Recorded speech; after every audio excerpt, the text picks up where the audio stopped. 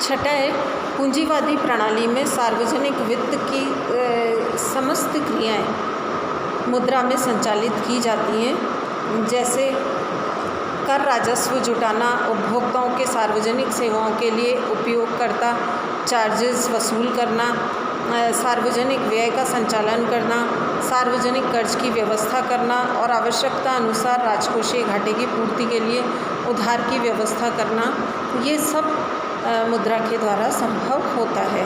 सार्वजनिक राजस्व मुद्रा के प्रयोग पर आधारित होता है।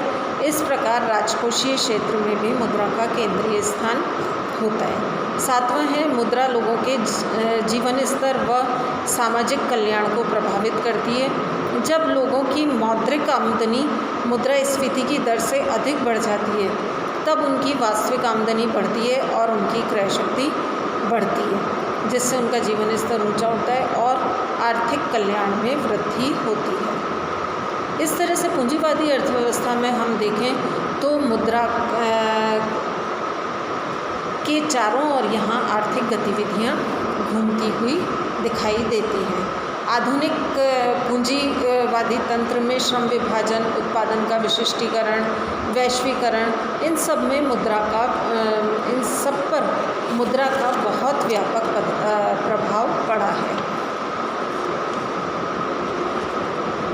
हालांकि पूंजीवादी अर्थव्यवस्था में मुद्रा का बहुत महत्व है, लेकिन इस प्रणाली से कई बार कई दोष भी उत्पन्न हो जाते हैं, जैसे आय में असमानताएं यहाँ काफ़ी हमें देखने को मिलती हैं। धनी और अधिक धनी होते जाते हैं, निर्धन और अधिक निर्धन हो जाते हैं, समाज में धन का केंद्रीयकरण हो जाता है। व्यापार चक्र भी मुद्रा के कारण ही अर्थव्यवस्था के अंदर ज़्यादा आते हैं।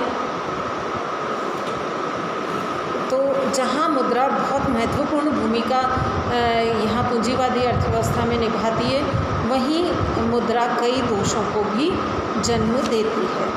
दूसरा है समाजवादी अर्थव्यवस्था में मुद्रा की भूमिका।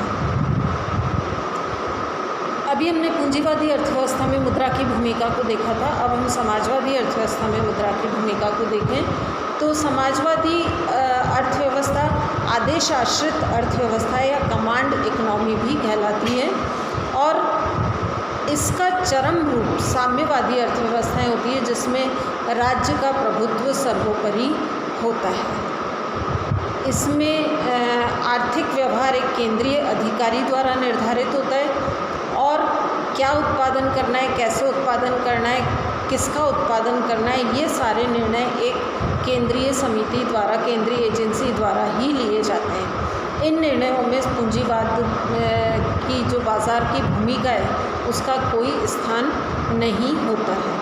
समाजवादी अर्थव्यवस्था में केंद्रीय नियोजन में अनेक प्रकार के आंकड़ों की आवश्यकता होती है।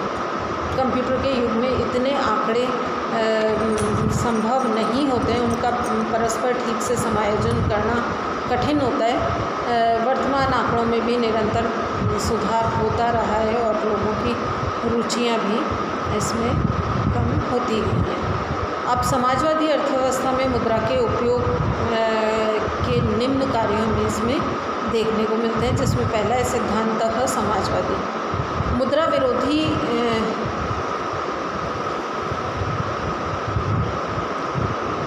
जो हमारे सैद्धांतिक समाजवादी हैं, वो मुद्रा के विरोधी रहे हैं, और उनका ये मानना है कि इससे श्रमिकों का शोषण होता है। लेकिन समाजवाद में मूल्य मापक का काम मुद्रा के रूप में ही किया जाता है। सरकारी भंडारों में वस्तुओं की कीमतों का निर्धारण भी मुद्रा के द्वारा ही किया जाता है, अतः और विनिमय के माध्यम का काम भी ये मुद्रा ही करती है। तो कीमत का निर्धारण और विनिमय के माध्यम का काम मुद्रा के अंदर ही किया जाता है। दूसरा है विभिन्न विनियोग की परियोजनाओं में से चयन करने के लिए लागत की गणना में भी मुद्रा का उपयोग किया जाता है। अब कई सारे प्रोजेक्ट सरकार के सामने होते हैं, लेकिन हर प्रोजेक्ट को पूरा करना या हर प्रोजेक्ट को चलाना ये सरकार के लिए मुश्किल होता है, क्योंकि फंड सबके पास में लिमिटेड होते हैं। तो ऐसे में कॉस्ट बेनिफिट एनालिसिस के द्वारा इस बात का निर्धारण किया जाता है कि कौन सा प्रोजेक्ट अभी जारी रहेगा या कौन सा प्रोजेक्ट हमें अभी टाल देना है या रोक देना है। तो ये कॉस्ट बेनिफिट एनालिसिस भी हमारी मुद्रा के द्वारा ही इन अर्थव्यवस्थाओं के अंदर उसकी गणना की जाती है। तीसरा है, समाजवादी देशों में अंतर्राष्ट्रीय लेन देन भी मुद्रा के द्वारा ही होता है। जैसे सोवियत संघ जो कि पहले हुआ करता था, और भारत का परस्पर व्यापार विनिमय, टेक्नोलॉजी का हस्तांतरण आदि ये सब रूबल और रुपयों के आधार पर ही होता था।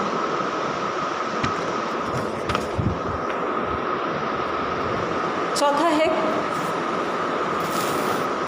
पिछले कुछ वर्षों में यूरोप के कई देशों और रशिया ने समाजवाद से बाज़ार अर्थतंत्र अथवा पूंजीवाद की तरफ जाने की अपनी प्रवृत्ति दिखाई है।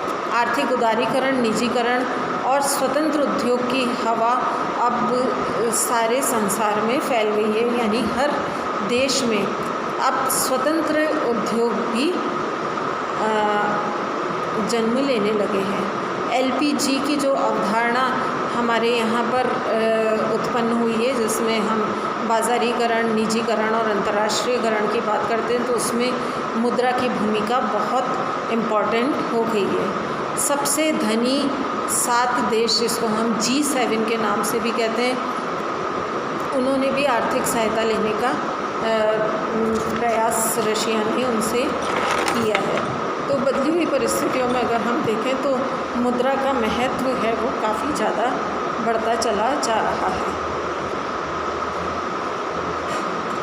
फिर सोवियत यूनियन, जो कि पहले यूएसएसआर हुआ करता था रशिया के विघटन से पहले, उसमें 2 तरह की योजनाएं बनाई जाती थी। एक तो उत्पादन योजना और दूसरी वित्तीय योजना।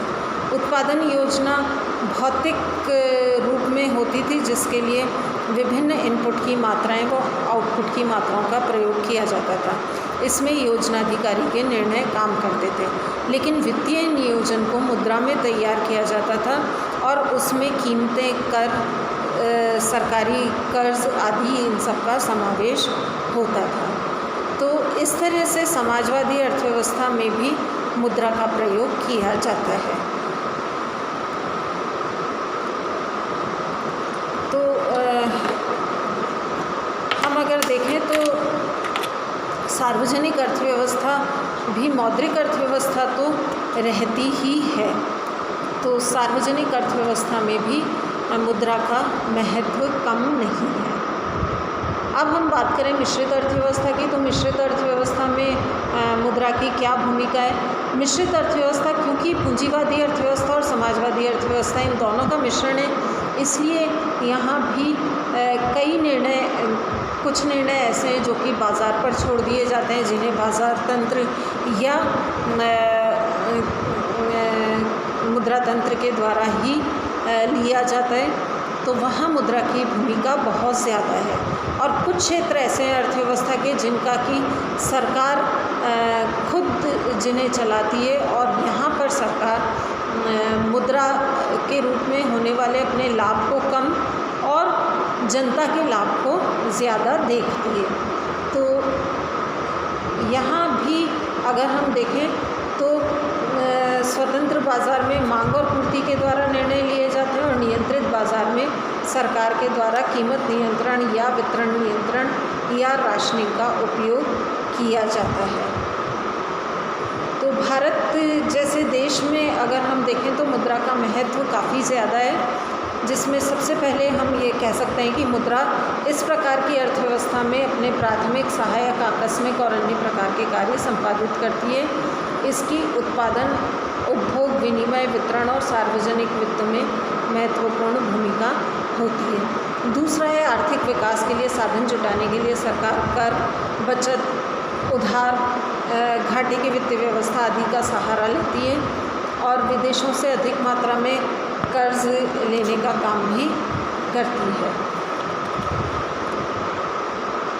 फिर विदेशी मुद्रा के कोषों का आर्थिक विकास पर गहरा असर यहाँ पड़ता है। जुलाई 1991 में लगभग $1 अरब हमारे विदेशी कोष रह गए थे, जो मई 2008 तक $316 अरब तक पहुँच गए थे। तो भारतीय मुद्रा के साथ साथ विदेशी मुद्रा के कोष बढ़ने से भारत में मुद्रा की पूर्ति बढ़ी है, जिससे मुद्रास्फीति का दबाव भी यहाँ बढ़ा है। फिर इसके अलावा भारतीय शेयर बाज़ार में विदेशी संस्थागत निवेशकों, जिसे हम FII कहते हैं, के द्वारा पोर्टफोलियो विनियोग बढ़ने से शेयरों की कीमतों पर प्रभाव पड़ा है और भारत में विदेशी निजी विनियोग भी बढ़ा है। भारतीय कंपनीज यूरो मार्केट में बॉन्ड्स और ऋण पत्र बेचकर विदेशी मुद्रा जुटाने में लगे हैं। फिर सरकार सार्वजनिक क्षेत्र के उपक्रमों के शेयर बेचकर मुद्रा प्राप्त कर रही है, जिसका ठीक से उपयोग करना भी आवश्यक है। इसे हम डिसइन्वेस्टमेंट कहते हैं। विभिन्न देशों से आर्थिक समझौते हमारे यहाँ किए जा रहे हैं, जिसका आगे चलकर भारत में विदेशों से पूंजी विनियोग और टेक्नोलॉजी के आगमन और व्यापार के बढ़ने की स्थिति उत्पन्न होगी और इससे मुद्रा की भूमिका और सुदृढ़ होगी।